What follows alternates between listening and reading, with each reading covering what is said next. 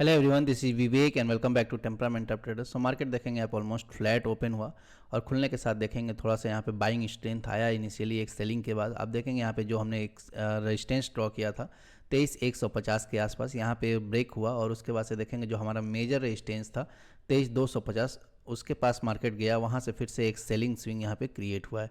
तो ये चीज़ हमने कल ही डिस्कशन किया था कि अगर 23,150 का लेवल ब्रेक भी होता है तो यहाँ पे हम छोटे क्वांटिटी में जाएंगे। अदरवाइज़ यहाँ पे अगर 250 एक मेजर रेजिस्टेंस हमारे लिए बना हुआ है तो जब तक ये मार्केट नहीं ब्रेक करता है हमारे लिए बाइंग साइड कुछ खास मोमेंटम नहीं मिलेगा। ये चीज़ हमने क्लियरली बोला था कि यहाँ से 50-60 पॉइंट का मोमेंटम यहाँ पे आ सकता है। आप देखेंगे हमारा जो माइनर रेजिस्टेंस था उसको ब्रेक किया, मेजर रेजिस्टेंस के पास गया और वहाँ से फिर से मार्केट में एक सेलिंग प्रेशर देखने को मिला। सो अभी जो क्लोजिंग मिला है आप देखेंगे 23,000 के आसपास मिला है। सो यहाँ पे 23,000 का लेवल यहाँ पे इंपॉर्टेंट रहा और जो पिछला स्विंग था यहाँ पे 22,960 के आसपास, ये इंपॉर्टेंट अभी रहने वाला है। और यहाँ से मार्केट फिर से इसको ब्रेक करता है स्विंग को तो यहाँ से फिर से मार्केट अभी यहाँ पे नीचे के साइड आपको दिखेगा। जो मेजर हमारा सपोर्ट रहेगा वो 22,800 का लेवल रहेगा। यहाँ एक सप्लाई जोन बन सकता है, यहाँ पे हो सकता है मार्केट फिर से यहाँ से आए और यहाँ से फिर से एक बाइंग स्ट्रेंथ दिखाए। सो अभी के लिए जो हमारे लिए सपोर्ट रेजिस्टेंस का काम करेगा आप देखेंगे ये हमारे लिए एक सपोर्ट का काम करेगा। और जो मेजर सपोर्ट रहेगा वो हमारा 22,800 का लेवल रहेगा। जो हमारे लिए रेजिस्टेंस रहेगा वो अभी 23,250 का लेवल रहेगा। इसके बीच में अगर मार्केट कहीं ट्रेवल करता है तो यहाँ पे एक साइडवेज मार्केट देखने को मिल सकता है और यहाँ पे हम ज़्यादा ट्रेड प्लान नहीं करेंगे ऑप्शन बाइंग में। इस जोन में हमें कन्फ्यूजन देखने को मिलेगा। इंट्राडे में अगर कोई सपोर्ट रेजिस्टेंस बनता है और वो ब्रेक होता है उस केस में हम छोटे क्वांटिटी में जा सकते हैं। जैसे आप देखेंगे यहाँ पे एक सपोर्ट क्रिएट हुआ था इंट्राडे में और मार्केट जैसे इसको ब्रेक किया यहाँ पे एक मोमेंटम देखने को मिला छोटा सा सेलिंग साइड। सो ऐसे अगर कोई इंट्राडे सपोर्ट रेजिस्टेंस क्रिएट होता है दिन में तो उस केस में यहाँ पे हम छोटे ट्रेड्स ले सकते हैं, लेकिन मेजर क्वांटिटी यहाँ पे अभी प्लान नहीं करेंगे क्योंकि यहाँ पे मार्केट अभी कंफ्यूज कर सकता है और हो सकता है यहाँ पे एक सेलर्स मार्केट देखने को मिले। नीचे की साइड अगर ये सपोर्ट ब्रेक होता है तो हो सकता है मार्केट स्लो एंड स्टेडी यहाँ पे नीचे की तरफ आए 22,800 के पास। और जब तक 22,800 का लेवल ब्रेक नहीं होता हमें सीवियर सेलिंग देखने को नहीं मिलेगा। सो यहाँ पे थोड़ा सा हो सकता है मार्केट थोड़ा स्लो एंड स्टेडी मूव करे इस जोन में। सेंसेक्स में भी देखेंगे आप ऑलमोस्ट मार्केट फ्लैट ओपन हुआ, खुलने के साथ ही जो हमारा एक माइनर रेजिस्टेंस था यहाँ पे उसको ब्रेक किया मार्केट ने और यहाँ पे एक छोटा सा मोमेंटम देखने को मिला 76,800 के पास से मार्केट फिर से एक सेलिंग स्विंग यहाँ पे क्रिएट किया है।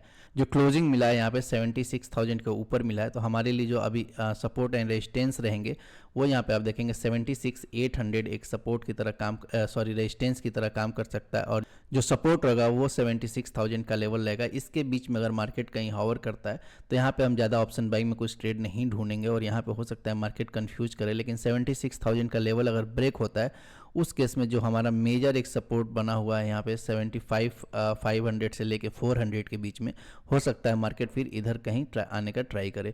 तो जब तक मार्केट इस जोन में रहेगा यहाँ पे हम थोड़ा ट्रेड अवॉइड करेंगे और यहाँ पे अगर इंट्राडे में सपोर्ट रेजिस्टेंस ब्रेक होता है तो छोटे क्वांटिटी में जा सकते हैं।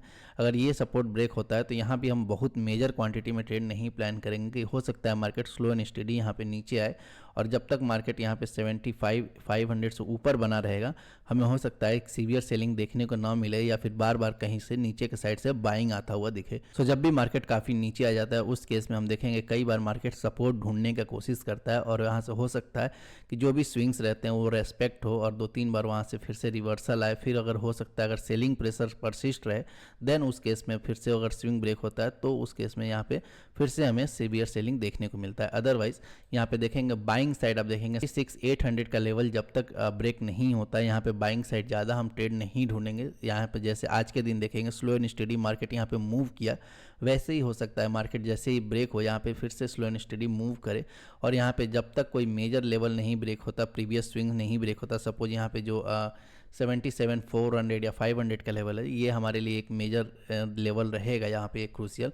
जब तक मार्केट कोई पर्टिकुलर इंपॉर्टेंट लेवल नहीं ब्रेक करता ऊपर के साइड हमें ज़्यादा कुछ खास मोमेंटम देखने को नहीं मिलेंगे। सो ऐसे जिन में आप बार बार इंडिकेटर्स वगैरह देख के आप ट्रेड ज़बरदस्ती बनाएंगे तो कई बार फंसने के चांसेस रहते हैं। बेटर है कि आप छोटे छोटे ट्रेड्स यहाँ पे प्लान करें, कोई मेजर ट्रेड्स ना प्लान करें। और एक चीज़ हमेशा ध्यान दीजिए, एज एन ऑप्शन बायर हमेशा आपको क्वांटिटी के साथ थोड़ा मैनेजमेंट सीखना पड़ेगा, कहाँ पे हमें रिस्क लेना है, कहाँ पे नहीं लेना है। आप इक्वली रिस्क हर जगह नहीं ले सकते हैं, अदरवाइज़ क्या होगा कि साइडवेज मार्केट में लॉसेस होने के चांसेस काफ़ी ज़्यादा रहते हैं। सो जब भी मार्केट कहीं मोमेंटम अच्छा दिखाए उस केस में हो सकता है आप मेजर क्वांटिटीज़ में जाएं या फिर ज़्यादा रिस्क लें। लेकिन जब मार्केट आपको पता है कि साइडवेज रह सकता है या फिर कंफ्यूजिंग जोन में चल रहा है अभी, तो यहाँ पे थोड़ा हम रिस्क अवॉइड कर सकते हैं या फिर छोटे ट्रेड्स प्लान कर सकते हैं, जहाँ पे इंट्राडे सपोर्ट रेजिस्टेंस कुछ ब्रेक होता है वहाँ पे प्लान कर सकते हैं। यहाँ पे थोड़ा मेजर ट्रेड्स अवॉइड करेंगे।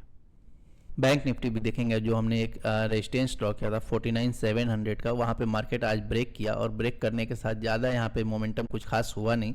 जो हमारा मेजर रेजिस्टेंस था 50,000 का लेवल, ये हमने बताया था कि यहाँ पे एक क्रूशियल लेवल रहने वाला है। मार्केट को अगर ऊपर जाना है तो इसके ऊपर निकलना होगा और 50,000 को एज ए सपोर्ट मार्केट को क्रिएट करना होगा, तभी जाके मार्केट इसके ऊपर प्रोसीड हो सकता है।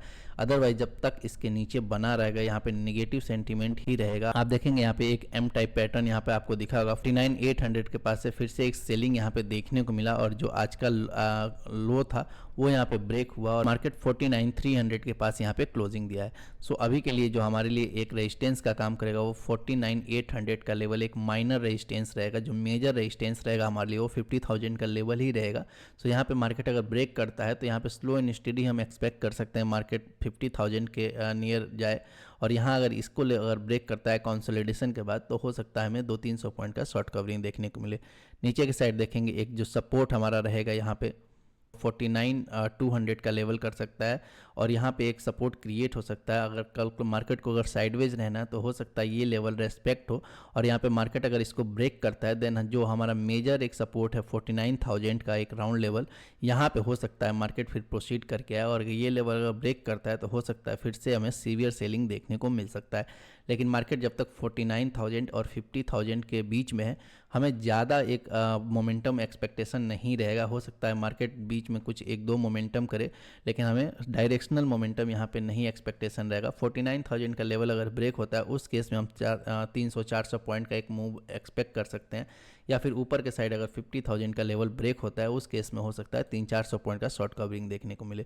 सो इस जोन में मार्केट जब तक रहेगा थोड़ा सा हम यहाँ पे ट्रेड अवॉइड करेंगे और यहाँ पे ज़बरदस्ती ट्रेड ढूंढने हम नहीं जाएंगे। इंट्राडे सपोर्ट रेजिस्टेंस जैसे क्रिएट होता है, यहाँ पे आप देखेंगे एक इंट्राडे सपोर्ट जो क्रिएट हुआ था, मार्केट उसको जैसे ही ब्रेक किया यहाँ पे एक अच्छा मोमेंटम देखने को मिला। तो ऐसे मोमेंटम हमें फाइंड आउट करना होगा। छोटे ट्रेड्स हम यहाँ पे प्लान कर सकते हैं, यहाँ पे मेजर रिस्क नहीं ले सकते हैं क्योंकि हो सकता है फिर से यहाँ पे कई बार रिवर्सल्स हो और यहाँ पे कई बार आपको वो ट्रैप करे मार्केट। जैसे आप यहाँ पे देखेंगे 49,600 के आसपास यहाँ पे एक सपोर्ट क्रिएट था, मार्केट इसको ब्रेक करने की कोशिश की। अगर यहाँ पे आप एंट्री लेंगे फिर से रिवर्सल में आप लॉस देंगे, फिर से आप एंट्री लेंगे, अगेन यहाँ पे लॉस लेंगे, तो 3-4 बार ऐसे ओवर ट्रेडिंग हो जाता है। उसके बाद जब एक्चुअल ब्रेकआउट आता है तब आप वहाँ पे बैठे रहते हैं, यहाँ पे ट्रेड नहीं प्लान हो पाता और वहाँ पे फिर मोमेंटम निकलने के बाद फिर से कहीं एंट्री अगर लेट होता है फोमो में तो वहाँ पे फिर से रिवर्सल्स में लॉसेस होने लगते हैं। तो ये चीज़ हमें अवॉइड करना है। इस जोन में थोड़ा छोटे क्वांटिटी में जाएंगे तो हमें अपना एसएल थोड़ा बड़ा रख सकते हैं और वहाँ पे हम थोड़ा रुक सकते हैं, लेकिन यहाँ पे अगर हैवी पोजीशनिंग बनाएंगे तो यहाँ पे फिर फ्लक्चुएशंस में हमारे लॉसेस ज़्यादा होंगे। तो ये चीज़ हमें अवॉइड करना है। जब भी साइडवेज मार्केट का एक्सपेक्टेशन रहे तो यहाँ पे ये चीज़ हमें ध्यान रखना होगा कि हम छोटे क्वांटिटी में जाएं, एसएल को थोड़ा अपना रूम दे फ्लक्चुएशंस को हैंडल करने के लिए, और वहाँ पे हमारे नहीं तो फ्रीक्वेंटली एसएल हिट होंगे और लॉसेस में कन्वर्ट होंगे। तो साइडवेज मार्केट को हम ऐसे ही डील कर सकते हैं। डायरेक्शनल मार्केट जब भी आएगा वहाँ पे हम मेजर ट्रेड्स प्लान करेंगे, लेकिन अभी इस जोन में थोड़ा सा हम रिस्क अवॉइड करेंगे और छोटे ट्रेड्स यहाँ पे प्लान करेंगे। सो आई होप ये वीडियो आपको अच्छा लगा होगा। वीडियो अच्छा लगा तो please like the video, channel पर नए हैं तो please subscribe the channel. Thank you.